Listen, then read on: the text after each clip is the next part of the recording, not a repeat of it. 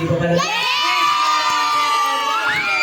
Happy second birthday, Samira. And si Mami, ang meron pong birthday wish na para kay Samira.